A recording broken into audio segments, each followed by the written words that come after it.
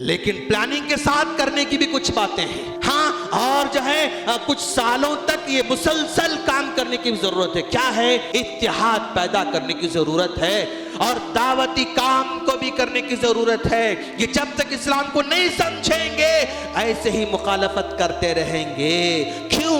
اللہ کے رسول صلی اللہ علیہ وسلم کو نکالنے کی بات کی گئی, مارنے کی بات کی گئی, طائف سے نکالا, فرشتے نے آ کر کہا کہ اگر آپ حکم دیں ان کو دو پہاڑوں کے بیچ میں پیس کے رکھ دیں گے, تو اس وقت اللہ کے رسول نے کہا نہیں اس کی ضرورت نہیں. انہوں نے تکلیف اس لیے مجھے پہنچائی کیونکہ مجھے نہیں جانتے ہیں, مجھے نہیں جانتے ہیں.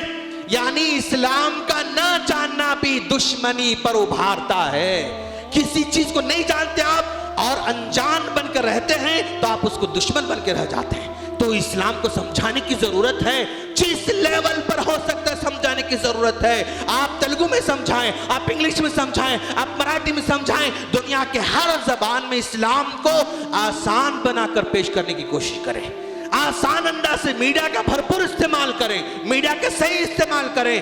اور کتنے ہم بڑے خوش نصیب ہیں کہ اللہ تعالی ہم کو ایسے میڈیا کے دور میں پیدا کیا ہے جس میں کسی کی جو ہے عاجزی منت سماعت کرنے کی ضرورت نہیں. ایک زمانہ تھا کچھ چیز نیوز میں لانا پڑتا, اس کو بلانا پڑتا, اس کو دینا پڑتا, اس کو کھلانا پڑتا, اس کو پلانا پڑتا, اس کو جو ہے ہاں نہ جانے اور کیا کیا نخرے برداشت کرنا پڑتا تھا. لیکن اللہ نے ہمارے دور کو آسان بنا دیا ہے. آپ کی بات دنیا کے کسی بھی کونے میں پہنچ سکتی ہے. لہذا دعوتی کام جو ہے کریں.